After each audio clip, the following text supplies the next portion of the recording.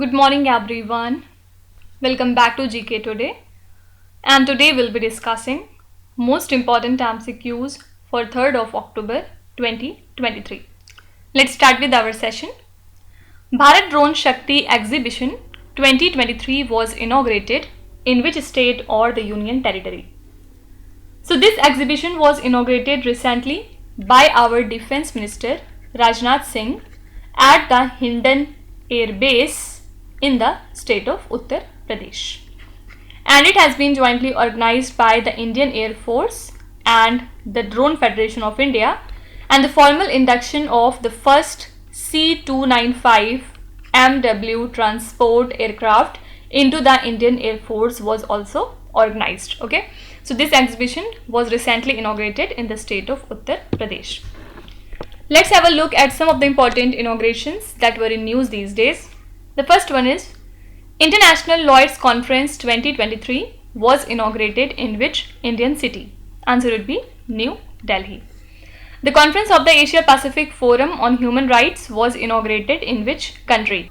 This conference took place this year in our country, India. Udan Bhawan Integrated Office Complex has been inaugurated in which state or the union territory? This is an integrated office complex, Udan Bhavan, and recently it has been inaugurated in New Delhi.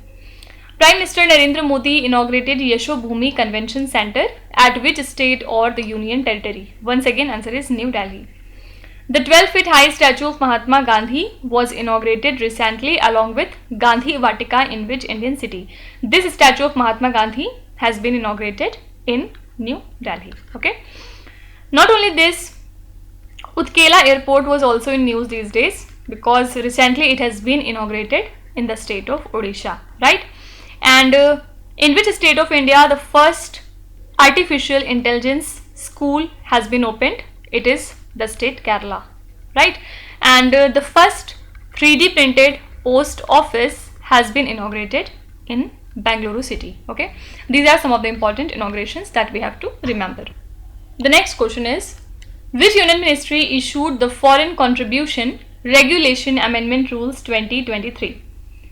So Foreign Contribution Regulation Amendment Rules 2023 was issued recently by the Ministry of Home Affairs, and as per the revised guidelines, NGOs were mandated with FCRA license to submit their details of movable and immovable assets created out of foreign contribution. Okay, so this rule has been issued by Ministry of Home Affairs. Now we will see some of the important ministries that were in news these days. The first one is, which union ministry organized the 4th Gender Samvad recently? Answer would be Ministry of Rural Development. Which union ministry established the Indian Sign Language Research and Training Center? It was established by Ministry of Social Justice and Empowerment. Weather Information Network Data System, which is also known as WINS, is associated with which union ministry? Answer would be Ministry of Agriculture and Farmers Welfare. Khadi and Village Industries Commission functions under which union ministry? KVIC functions under Ministry of MSME, right? Next question is, which union ministry is associated with Gobardhan scheme? So the Department of Drinking Water and Sanitation of Ministry of Jal Shakti has recently introduced the Unified Registration Portal for Gobardhan to simplify the process of registering compressed biogas and biogas facilities across the country. And currently there are more than 1,163 biogas plants and 426 CBG plants registered on the portal, making them eligible for support through the Market Development Assistance Scheme, which is offered by the Department of Fertilizers. Okay, so Gobardhan scheme is associated with Ministry of Jal Shakti, option number A. Now let's have a look at some of the important schemes.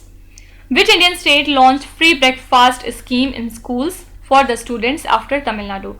Initially Tamil Nadu has launched this free breakfast scheme in the government schools for the students, but now the next state in this way is Telangana. Which state approved LACME scheme, where LACME stands for Location Accessible Multi-Modal Initiative? This is the state Odisha. Which state launched a subsidy scheme to attract the investment and boost the state's stainless steel production? This is again Odisha. Which state implements the Kalainar Magalir Urimait Hogai, which is known as Women's Basic Income Scheme? This is the scheme of Tamil Nadu state. Which city approved the aspirational city scheme for 100 most backward urban areas? This is the state Uttar Pradesh. Okay. Now the next question is, Jharkhand master plan, which was seen in the news recently, is associated with which union ministry? So it was approved by the government in 2009, and the purpose of Jharkhand master plan is to deal with fire, subsidence and rehabilitation. So the master plan identified total 595 sites that needed to be rehabilitated, which covers an area of 25.7 square kilometers. Okay. So a new committee has been set up by Ministry of Coal in the year 2022 to review this master plan, and now it has formulated an action plan. The basic effort of Coal Ministry is to bring down the surface fire identified from 77 to 27 sites. Okay. So Jharkhand master plan is associated with Ministry of Coal. Let's see some coal related current affairs. Which union ministry is associated with the Resource Efficiency Circular Economy Industry Coalition? It is associated with Ministry of Environment, Forest and Climate Change. Which institution released a report titled as Compliance Status of Coal-Based Power Plant? Recently it has been released by the Center for Science and Environment. Which country has recently approved the Isaac River coal mine project? Answer would be Australia. After 9 years of ban, coal mining has been resumed legally in which state or the union territory? This is the state Meghalaya. As per the Global Energy Monitor's 9th annual survey, which country accounted for the highest coal capacity as of 2023? This is the country China. Which country passed safeguard mechanism to force the coal mines and oil refineries to minimize the emission? This is the country Australia. Next question is, which country's women's cricket team has clinched a gold medal at the Asian Games 2023? So the Indian women's cricket team, which is led by Harmanpreet Kaur, recently clinched the gold medal at the Asian Games 2023 in Hangzhou, China, and in their debut appearance at the Asian Games, the Indian women's cricket team secured a gold medal by defeating the country Sri Lanka. Okay, correct answer would be India. Now let's revise some of the important sport related current affairs. Which country clinched the Asia Cup 2023 titles in cricket? Answer would be India. India has won this title by defeating the country Sri Lanka. Which country has clinched the SAFF Under 16 Championship 2023 title? Again the winner is India, and India won this championship by defeating the country Bangladesh.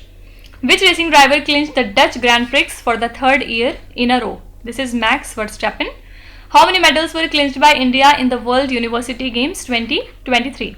Overall, India won 26 medals, in which 11 were gold, 5 were silver and the rest 10 were bronze. Which badminton player has clinched the Japan Open 2023 singles men's title? This title has been won by Victor Axelsen. Which country's football team clinched the Intercontinental Cup in 2023? Answer would be India. India won this cup by defeating the country Lebanon. Which country clinched its maiden Women's Junior Hockey Asia Cup title? Again answer is India, and India has defeated the country South Korea to win this cup. Okay. Next question is, Moody's Investor Service serious doubts on the credibility of biometric technologies has red flagged which Indian scheme? So Moody's Investor Service, which is a leading global rating agency, has cast some serious doubts on the credibility of biometric technologies, particularly for the individuals who are living in hot and the humid region. So it highlighted how this issue leads to service denials, which raised significant concerns about India's 12-digit universal identity system, that is Aadhaar, and UIDAI means Unique Identification Authority of India, was earlier reprimanded by the Comptroller and Auditor General for inadequate data management released to Aadhaar. Okay, so now it has red flagged the Aadhaar. Let's see some of the revision questions. India's first green hydrogen fuel cell bus was launched in which state or the Union Territory? So India's very first green hydrogen fuel cell has been inaugurated in New Delhi. Which state or the Union Territory recently released the State Shack Policy 2023 to 2026? This is the scheme of Goa state. Can you tell me from Goa which product has recently got the GI tag? I am giving you a hint, it is a variety of mango. Tezu Airport, which was seen in the news, is located in which state or the Union Territory? It lies in Arunachal Pradesh. E-Unnat is the service delivery portal of which state or the Union Territory? It is the service delivery portal of Jharkhand state. A biodiversity knowledge center named as Neelak Kurinji has been opened in which state? Answer is Kerala. And which state has recently launched the CM National E-Vidhan application? Answer would be Punjab. Okay. The next question is, Amit Khare, whose tenure has been extended, was holding which position? So the center has granted an extension to Amit Khare, who is a retired IS officer, to continue serving as an advisor to the Prime Minister, and his extension will be in effect until the Prime Minister's term concludes, and Khare assumed the position of advisor to the Prime Minister Narendra Modi under a 2-year contract which started from 2021. Okay, so Amit Khare is currently an advisor to Prime Minister and now his tenure has been extended. Let's see some of the important appointments. Rahul Naveen has been appointed as the acting director of which institution? Recently, Rahul Naveen has been appointed as the acting director of Enforcement Directorate. Okay, who has been appointed as the chairperson of National Green Tribunal? This is Justice Prakash Srivastav. Who is the head of the all-women panel appointed by the Supreme Court to oversee relief in Manipur? This is Justice Geeta Mittal. Okay. Michelle Bullock has been appointed as the first female head of which country's central bank? Michelle Bullock is the first female head of the Central Bank of Australia. Egypt and which country appointed the ambassadors to each other for the first time in a decade? This is the country Turkey. Who has been appointed as the new chief of research and analysis wing, that is RAW? Answer would be Mr. Ravi Sinha. Okay. Now next question is, which entity is responsible for overseeing all cultural property museums in India? This is Archaeological Survey of India, and the 359th report on the functioning of Archaeological Survey of India has recommended rationalizing protected monuments and rules governing them. Also, it has prompted inquiries into the operational aspects of Archaeological Survey of India, the entity which is responsible for overseeing all cultural property museums in India, including its management, security measures, preservation efforts, and the overall maintenance of historical sites. Okay, so here correct answer would be Archaeological Survey of India. Next question is, Indian Navy launched a comprehensive outreach effort to enhance its ties with the northeastern states in which Indian state? So now Indian Navy has launched a comprehensive outreach effort to enhance its ties with the northeastern states of India, and as a part of this initiative, a 6,500 kilometers motor car expedition, the name of which is Hello Sikkim, is currently underway, which started from INS Shivaji in Lonavala, Maharashtra, and traveling through multiple states until 15th of October 2023. Okay, so here correct answer would be Sikkim. Now let's see some questions regarding Indian Navy. Indian Navy signed a memorandum of understanding with which institution for defense technology collaboration? Answer would be Indian Institute of Science, Bangalore. Indian Navy recently organized its inaugural trilateral exercise with the navies of which countries? So Indian Navy organized this trilateral exercise along with Indonesia and Australia. You have to tell me from India side which Indian Navy ship went there to participate. Ministry of Defence signed 19,000 crore rupees contract with which company for 5 fleet support ships for Indian Navy? This is Hindustan Shipyard Limited. Indian Navy decommissioned INS Kirpan and handed over the corvette to which country? So Indian Navy has decommissioned INS Kirpan and handed over or gifted it to the country Vietnam. Admiral Lisa Franchitti is the first woman to hold the post of Navy's top officer in which country? So she is the first woman to hold the post of Navy's top officer in USA.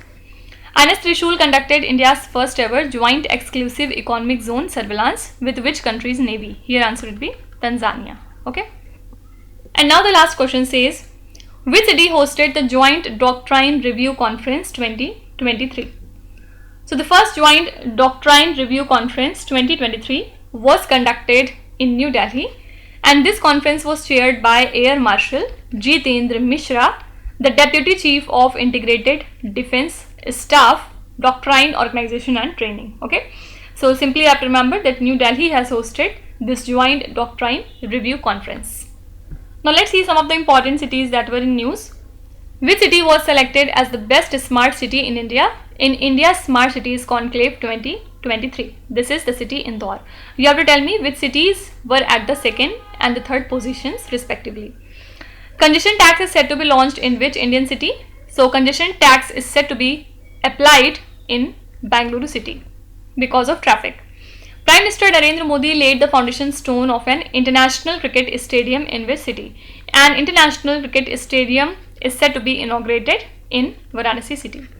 Which city launched the Swachhata Train initiative as a part of Swachhata Pakhwada? This is Ahmedabad city. Which city is the host of United Nations Ambition Summit in 2023? Answer would be New York. Okay. So these are the most important current affairs and the news from today. And now let's start with today's quiz. Here on the slide you can see 5 questions which have been taken from the past 2-3 days current affairs. Pause the video and try to solve each of these questions, and at the end of the lecture do not forget to share your scores in the comment section. So please be honest and do not cheat with yourself. So that's it for today. I hope you have liked the session. These were the important news and events from today, and we will meet again tomorrow with some more important current affairs.